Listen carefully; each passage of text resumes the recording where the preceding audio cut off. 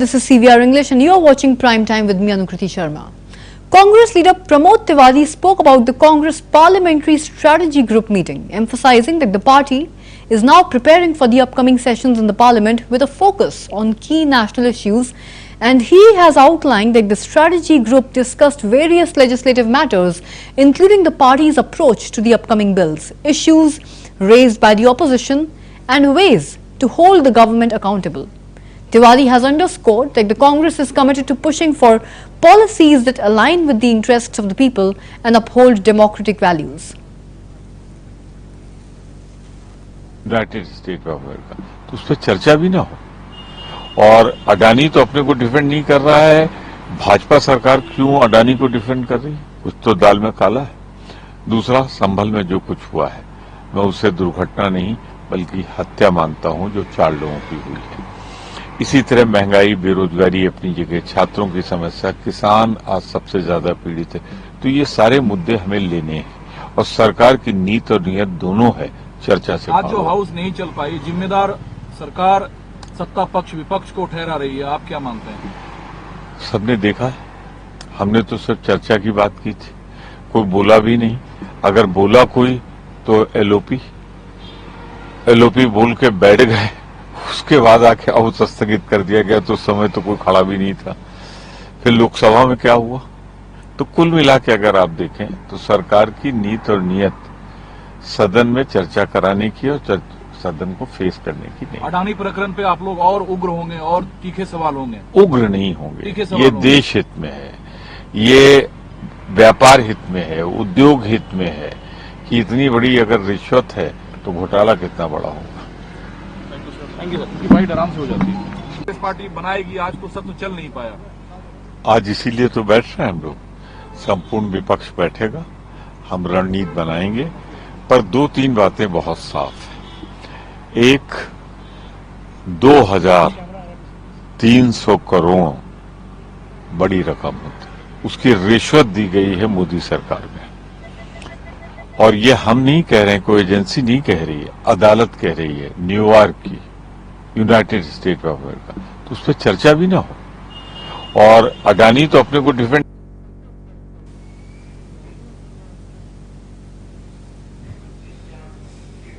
Union Minister for Education Dharmendra Pradhan has announced that the introduction of a separate curriculum aimed at enhancing the capacity of teachers across the country.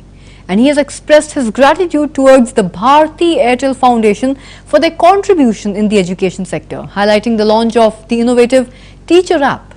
This app, which includes interactive features powered by artificial intelligence, is designed to support teachers with advanced technological tools, providing them with resources to improve teaching methodologies and student engagement. Capacity building of teachers, इनके लिए एक अलग curriculum भी बनी है, उनकी course new approach के साथ बनी है, लेकिन हमें महसूस हो रहा था कि उसकी बियॉन्ड भी जानी चाहिए। मैं बहुत धन्यवाद देता हूं भारती एयरटेल फाउंडेशन को। उन्होंने आज द टीचर ऐप के नाम पे एक टेक्नोलॉजी ड्रिवन प्लेटफॉर्म को डेडिकेट किया। उन्होंने एक पायलट सक्सेसफुली चलाई है, जिसमें लगभग 1 लाख का टीचर्स की modern skills, modern pedagogy, global affairs की परिवर्तित स्थिति, ये सारे को ध्यान में रखते हुए उन्होंने उस ऐप में कई सारे फीचर, इंटरैक्टिव फीचर उसमें रखा है। उसमें एआई को भी उन्होंने जोड़ा है। ये बहुत ही आनंद की बात है, खुशी की बात है। इसको उन्होंने अपना फिलैंथ्रोपिक रिस्पांसिबिलिटी को पूरा करते हुए ओपन सोर्स में रखा है। ये पब्लिक एडुटेक टाइप की काम करेगी। हमारे देश में 1 करोड़ टीचर्स है। हमारी लक्ष्य है कि हमारी देश की टीचर्स को, माननीय प्रधानमंत्री जी ने एक बहुत बड़ा पैराडिम शिफ्ट की बात कही है, सब्जेक्टिव से, टेक्स्ट बुक से कॉम्पिटेंसी की ओर ले जाना पड़ेगा।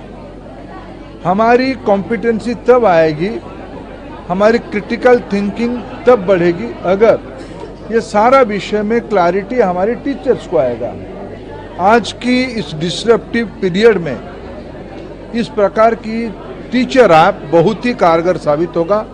मैं बहुत प्रसन्न हूं, बहुत खुश हूं। भारतीय एयरटेल फाउंडेशन की इस प्रयास से हमने आज सुझाव दिया है।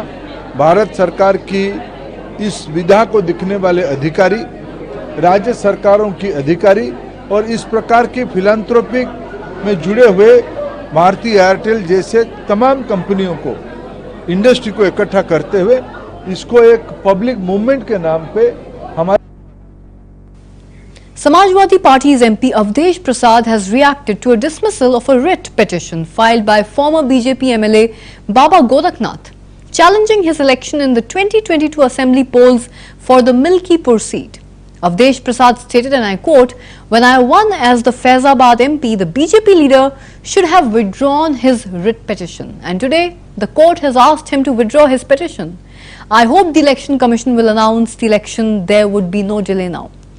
Prasad has expressed his hope for swift action following the court's decision. Lok Sabha के लोग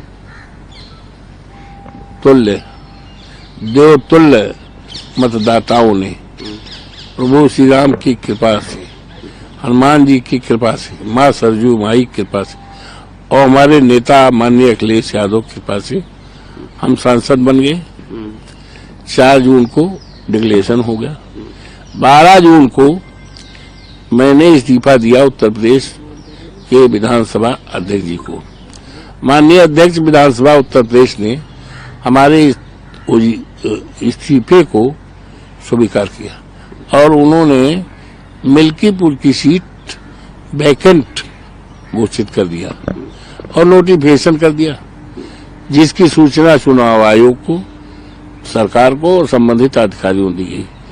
तो जिस समय हम चुनाव जीत गए, सांसद हो गए लोकसभा फैजाबाद जनपद अयोध्या के, तो रिट भारतीय जनता पार्टी के उम्मीदवार को उठा लेना चाहिए था, क्योंकि वो जब सीटें नहीं है तो उसका कोई मतलब नहीं। कानून की निगाह में उन्होंने उठाया नहीं, और जब उठाया भी, उठाने का प्रयास किया, तो उनकी तरफ से जो प्रोसीजर होता है न्यायालय में, तो प्रोसीजर होता है कि नियमों के तहत हमारी अपील होगी, हमारी प्रार्थना पत्र होगा, हमारी रिट होगी, तो उसमें उन्होंने खामी कर दिया था।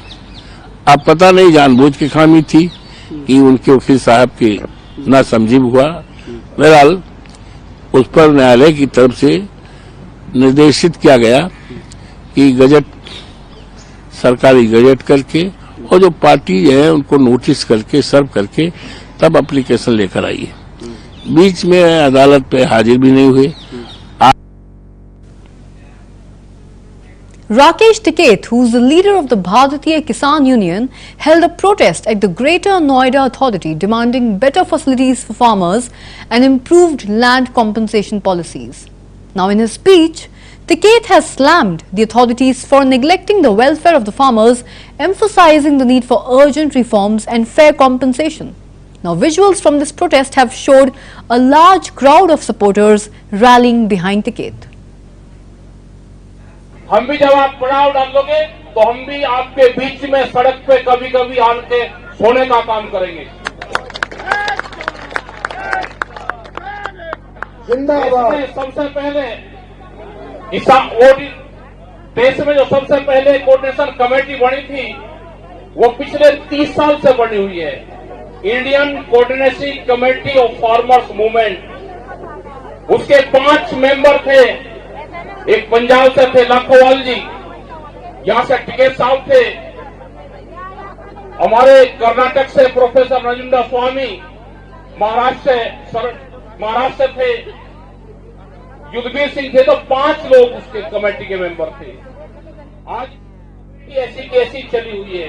टिकेत साहब चले गए तो उनकी जगह दूसरे आ गए। उसके बाद में किसान संयुक्त मोर्चा बना, क्योंकि उस टाइम तक बहुत देश में किसान संगठन बन चुके थे। जो हरनमोल्ला जी कह के गए कि 500 किसान संगठन का एक पूरा समूह हुआ, जिसने दिल्ली में 13 महीने का आंदोलन चलाया। जिसमें हमारे 750 किसान हमारे शहीद हुए, उसमें सभी किसान संगठनों का योगदान रहा। उसमें ये बगैर किसानों के ये आंदोलन नहीं चल सकते। लेकिन आज देख रहे हैं कि दिन छिप गया, लेट हो गए और उसके बाद में भी सब लोग यहां पर बैठे हुए हैं, तो ये आपका आंदोलन चलेगा। सरकार आपके आंदोलन पर निगाह रखे हुए हैं, अधिकारी निगाह रखे हुए हैं। अधिकारी आपसे अलग अलग बात करेंगे, अलग अलग बात नहीं करनी। हमसे भी जब भारत सरकार कहती है जी आप अकेले हमसे बात कर लो, हमने कहा कि किसान संयुक्त मोर्चे के हमारे 5 और 11 आदमी हैं, उनसे बातचीत कर लेंगे। हमने भी अकेले में भारत सरकार से किसी भी उससे बात ही नहीं करी, क्योंकि हमारी भी आखिरी बार बात 22 जनवरी 2021 को हुई थी। उसके बाद में कोई हमारी भी बातचीत नहीं हुई। आप अपनी कमेटी पर विश्वास रखना, तो इस किसान की जीत होगी यहां पे। In a historic win for the National Students Union of India, Ronak Khatri has been elected as the new president of the Delhi University Students Union. And speaking after his victory, Khatri proudly declared, and I quote, "History has been created today. History has been changed, all because of our work. Show off and arrogance have been finally defeated." I unquote. Take a look at this. आश्वासन दिलाता हूँ जब जब students को मेरी ज़रूरत पड़ेगी, चाहे वो DU फैकल्टी से, चाहे लड़ाई लड़ने की हो या फिर से कोर्ट जाने की हो, मैं उनके लिए खड़ा मिलूंगा, क्योंकि उन्होंने मुझ पर विश्वास जताया और उस जीत का बदला हम लोग काम के बेसिस पे देंगे। Infrastructure will be the priority because the condition of the DU infrastructure right now is continuously deteriorating, and the most priority the staff behavior towards the student. They talk so rudely with the students. Kerala's leader of opposition and Congress leader V.D. Sithasan has accused the CPM in Kerala of attempting to appease the majority community. He stated that in the past, the party had tried to appease the minority community during the parliamentary elections. And Sithasan likened the CPM strategy to that of Sangh Parivar, claiming that they are trying to divide the people along communal lines. Take a look. That they tried a lot to make split among the people many times, even in the advertisements given by the CPM election committee, shown that they have tried to make split among the people. That is the Sangha Parivar narrative. The CPM in Kerala is still imitating the BJP in the national level. But we have made a wonderful victory. Palakkad, we have a good win, the 5 times more margin than the 21st election. In the Wayanad, we got more margin. Vengaji got more margin than Rahulji got in 24. In Chelakara by-election, in 21st election, they got 40,000 votes majority. Now we have reduced to 12,000 votes. So 28,000 gone down. This is very clear that the BJP is losing their votes in Wayanad as well as in Palakkad. So both the parties are facing a decline. In preparation for President Draupadi Murmu and the Governor's visit to Nilgiris on the 27th, SP Nisha NS has now announced tight security measures. Around 1,000 police officers from nearby districts will now support this operation, with teams from law enforcement, traffic and special squads handling the security. There will be checks along the route and restricted traffic movement during the convoy. The public cooperation is urged to ensure smooth operations, with police stationed at key points across the district.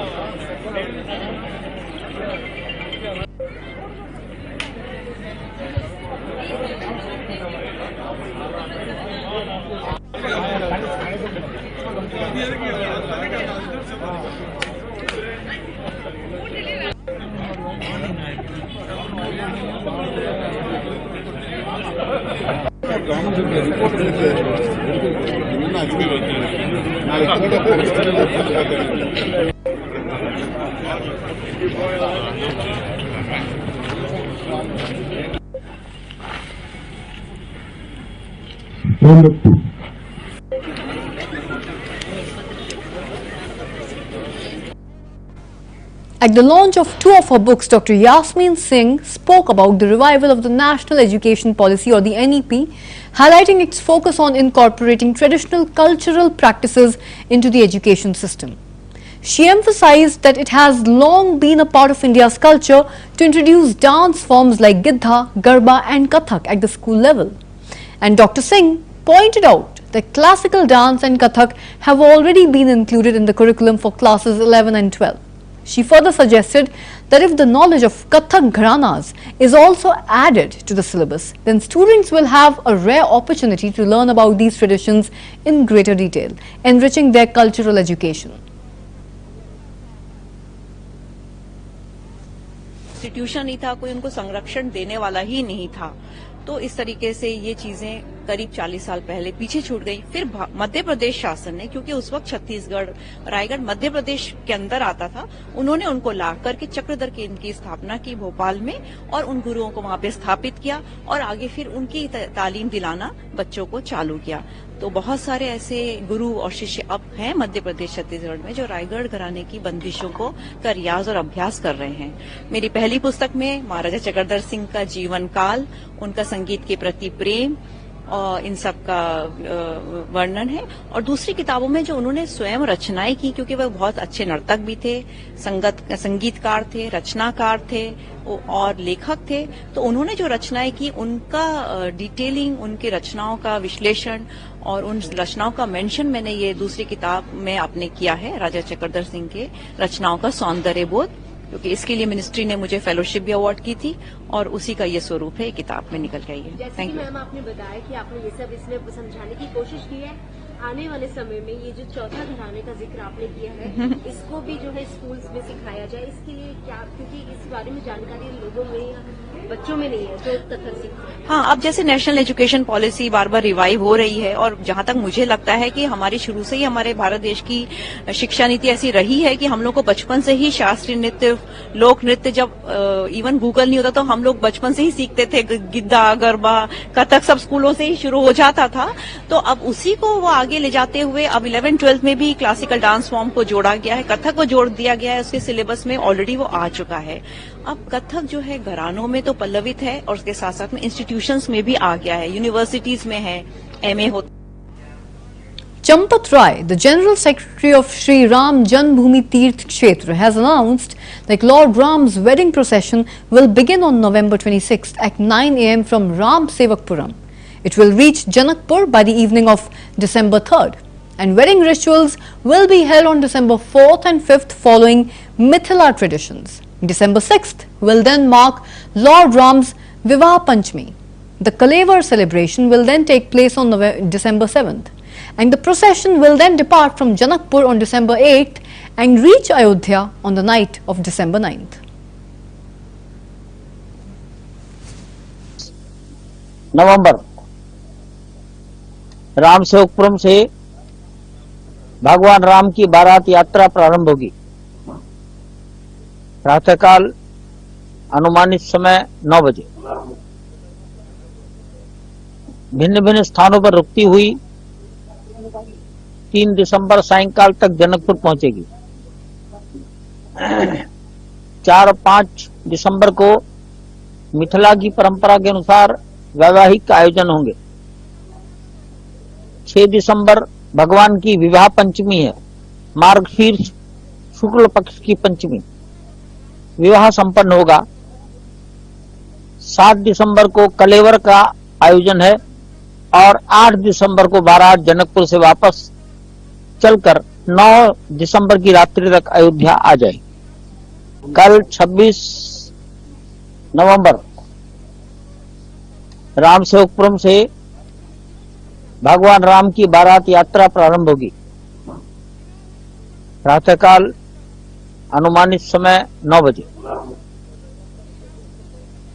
भिन्न Talaja Tehsildar Manoj Jani has spoken about the ongoing demolition drive in the Alang area, stating that a significant amount of land in the combined Gram Panchayat of Alang and Manar had been illegally encroached upon by the people. And Manoj also informed that the first phase of the demolition drive was targeting 153 encroachments on the land of the government. And some individuals, he mentioned, had voluntarily vacated the encroached land. These encroachments, he added, had been in place for the past 30 years, and Jani has now assured that the demolition drive would be completed within the next 3 days. किया जा रहा है। अलंग और मनार जो संयुक्त ग्राम पंचायत है उसकी बहुत ज्यादा जमीन पर दबाणकारों ने दबाण किया हुआ था।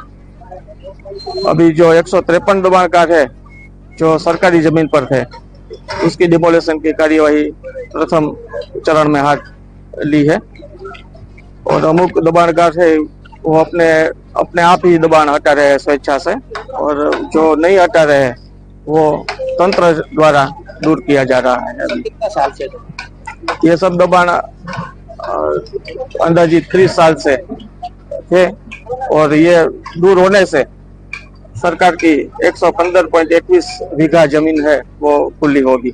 और सर ये जगह की कीमत आसरे जंत्री के हिसाब से इसकी कीमत 4 से 4.5 करोड़ के आसपास है। अभी जो खुली कर रहे हो कितना टाइम तक ये डिमोलेशन कामगिरी चलेगी? हमारे अंदाज से ये 3 दिन में कामगिरी पूरी हो जाएगी। ये 2 सर्वे नंबर की अलंग और मनार जो संयुक्त ग्राम पंचायत है उसकी बहुत ज्यादा जमीन पर दबाणकारों ने दबाण किया हुआ था। अभी जो 153 दबाणकार है जो सरकारी जमीन पर थे उसकी डिमोलेशन की कार्यवाही प्रथम चरण में हाथ ली है और अमुक दबाणकार है वो अपने आप ही दबाण हटा रहे हैं स्वेच्छा से, और जो नहीं हटा रहे हैं वो तंत्र द्वारा दूर किया जा रहा है। कितने साल से ये सब दबाण अंदाजित 30 साल से थे और ये दूर होने से सरकार की 115.21 बीघा जमीन है वो खुली होगी। और सर ये जगह की कीमत आसरे जंत्री के हिसाब से इसकी कीमत 4 से। And that's a wrap on this prime time with me, Anukriti Sharma. Viewers, keep watching CVR English for more.